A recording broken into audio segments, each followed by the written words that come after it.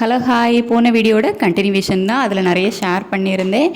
பார்க்கல அப்படின்னா அந்த விலாக் வந்து செக் பண்ணி பார்த்துக்கோங்க. நம்ம சாம்பார் வச்சுட்டு இருந்தோம்ல, அதுக்கான மசாலா தான் வந்து ரெடி பண்ண போகிறோம். வத்தல் பொடி, மல்லிப்பொடி, மல்லி மீன்ஸ் தனியா பொடி, மஞ்சள் பொடி, சாம்பார் பொடி. சாம்பார் பொடி வந்து ஆச்சி சாம்பார் பொடி தான் எடுக்கிறேன். இங்கே கோவாவில் வந்துட்டு ஆச்சி சாம்பார் பொடி நம்ம தமிழ்நாட்டில் உள்ளது வந்து இங்கே கிடைக்கிது. வேறு எந்த பிராண்டும் இல்லை, ஆனால் ஆச்சி பிராண்டு மட்டும் கிடைக்கும். அதனால் நானுமே ஆச்சி சாம்பார் பொடி தான் யூஸ் பண்ணிகிட்ருக்கேன். இது எல்லாத்தையும் தனியாக வந்து கரைச்சி எடுத்துப்பேன். ஏன்னா நம்ம அப்படியே வந்து காய் கூடவே போட்டோன்னா கட்டி கட்டியாக இருக்கும். அதனால் ஃபஸ்ட்டு இதை கரைச்சி எடுத்துகிட்டு அதுக்கப்புறமா நம்ம காய் வேக வச்சுருக்கோம்ல அதில் ஊற்றணும் அப்படின்னா வந்து கரெக்டாக இருக்கும். நான் வச்சுருந்த கடாயில் வந்து ஃபுல்லாகிடுச்சு. நம்ம காய்கறி நிறைய சேர்த்ததுனால அந்த கடாயில் பத்தலை. அதனால் அதை எடுத்து குக்கருக்கு மாற்றி மூடி போட்டு வேக வச்சுட்டேன். அந்த கேப்பில் பேபியும் வந்து முழிச்சிட்டாரு. அவனுக்கு காஃபி ரெடி பண்ணி கொடுத்துட்ருந்தேன். அவன் முழிச்சதுமே கொஞ்சம் கிராங்கியாக தான் இருப்பான். நான் அவனுக்கு காஃபி கொடுத்து கொஞ்சம் சமாதானப்படுத்தினேன். அதுக்கப்புறமா தான் கொஞ்சம் ஃப்ரீயாக என்ன வேலை பார்க்க விடுவான். அதனால் ஃபஸ்ட்டு அவனை சமாதானப்படுத்தக்கூடிய வேலையை வந்து ஆரம்பிச்சுட்டேன்.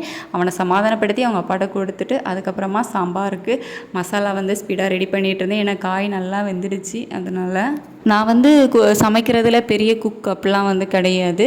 ஒரு நாள் நான் சமைக்கிறது வந்து அவ்வளோ மோசமாக வரும். ஆனால் அதே மாதிரி தான் இன்னொரு நாளும் சமைச்சிருப்பேன். அன்னைக்கு வந்துட்டு அவ்வளோ டேஸ்ட்டாக இருக்கும்.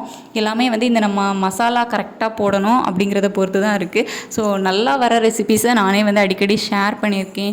இந்த கருவேப்பிலை சாதம் அதெல்லாம் வந்து ரொம்ப சூப்பராக வந்திருக்கு. அதெல்லாமே வந்து நான் ஷேர் பண்ணியிருக்கேன்.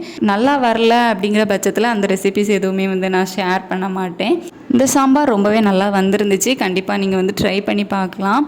என்ன இதில் கொத்தமல்லி மட்டும் மிஸ் ஆகிடுச்சு. அது கண்டிப்பாக கொத்தமல்லி உங்ககிட்ட இருந்துச்சு அப்படின்னா ஆட் பண்ணிக்கோங்க. கடைசியாக தாளித்து ஊற்றிக்கோங்க. நான் பேபி அழுதுட்டு இருந்ததுனால அந்த கிளிப்ஸ் எல்லாம் வந்து எடுக்கலை.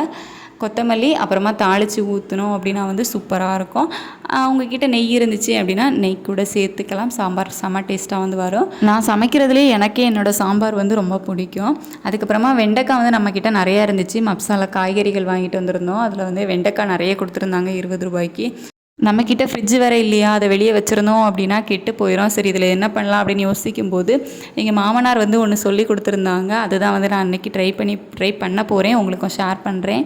நமக்கு வத்தல்லாம் கடையில் கிடைக்கும்ல. வத்தல் மீன்ஸ் வர மிளகா கிடையாது. இந்த சீனியரக்காய் வத்தல், மோர் மிளகா இந்த மாதிரி ட்ரையாக இருக்கும். நம்ம அதை ஆயிலில் ஃப்ரை பண்ணி சாப்பிடுவோம்ல, அந்த மாதிரி இந்த வெண்டைக்காவை வந்து அவிச்சு ட்ரை பண்ண போகிறோம். அதுக்கு ஃபஸ்ட்டு அந்த ஒரு பாத்திரத்தில் தண்ணி வச்சுட்டு உப்பு மஞ்சள் பொடி சேர்த்து நம்ம கட் பண்ணி இது வந்து கொஞ்சம் சூடானதுக்கப்புறமா நம்ம கட் பண்ணி வச்சுருக்க வெண்டைக்காயும் சேர்த்து நல்லா வேக வச்சிடக்கூடாது. அரை பக்குவம்னு சொல்லுவோம்ல, அரை வேக்காடு அப்படின்ட்டு அந்தளவுக்கு வர வரைக்கும் இதை வந்து வேக வைக்கணும். நல்லா வேக வச்சிட்டோம் அப்படின்னா அது ஒரு மாதிரி கொலன்னு ஆகிடும். இது வேகட்டும். அதுக்குள்ளே நம்ம மாவு அரைச்சிடலாம். மாவு வந்து கிரைண்டரில் தான் அரைச்சிட்ருக்கேன். இங்கே கோவாவில் வந்துட்டு நமக்கு மாவு பேக்கெட் அந்த மாதிரி எதுவுமே வந்து கிடைக்காது. இங்கே இட்லி தோசை கிடைக்கிறதே வந்து ரேர் தான். நம்ம சொன்ன மாதிரி ஒரே ஒரு தமிழ்நாட்டில் உள்ள கடை இருக்குது. அங்கே இட்லி மட்டும் கிடைக்கும், தோசைலாம் கிடைக்காது. மாவு பேக்கெட்லாம் சுத்தமாக கிடைக்காது. நம்ம தான் வந்து அரைச்சாகணும். பேபி வேறு இருக்கிறதுனால நான் மிக்சிலே வந்து மாவு அரைச்சிப்பேன்.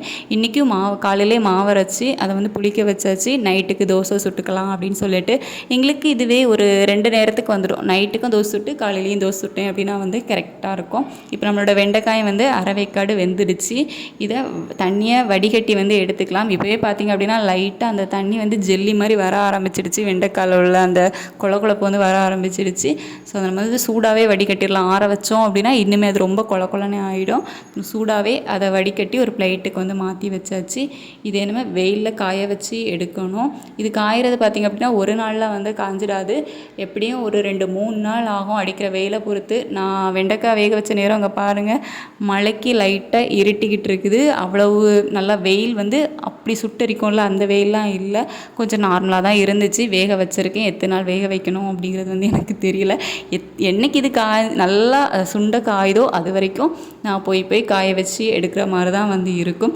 ட்ரை ஆனதுக்கப்புறம் நான் வேணால் உங்களுக்கு காட்டுறேன். நெக்ஸ்ட் ஒரு இன்ட்ரெஸ்டிங் வீடியோவில் பார்க்கலாம். தேங்க்யூ.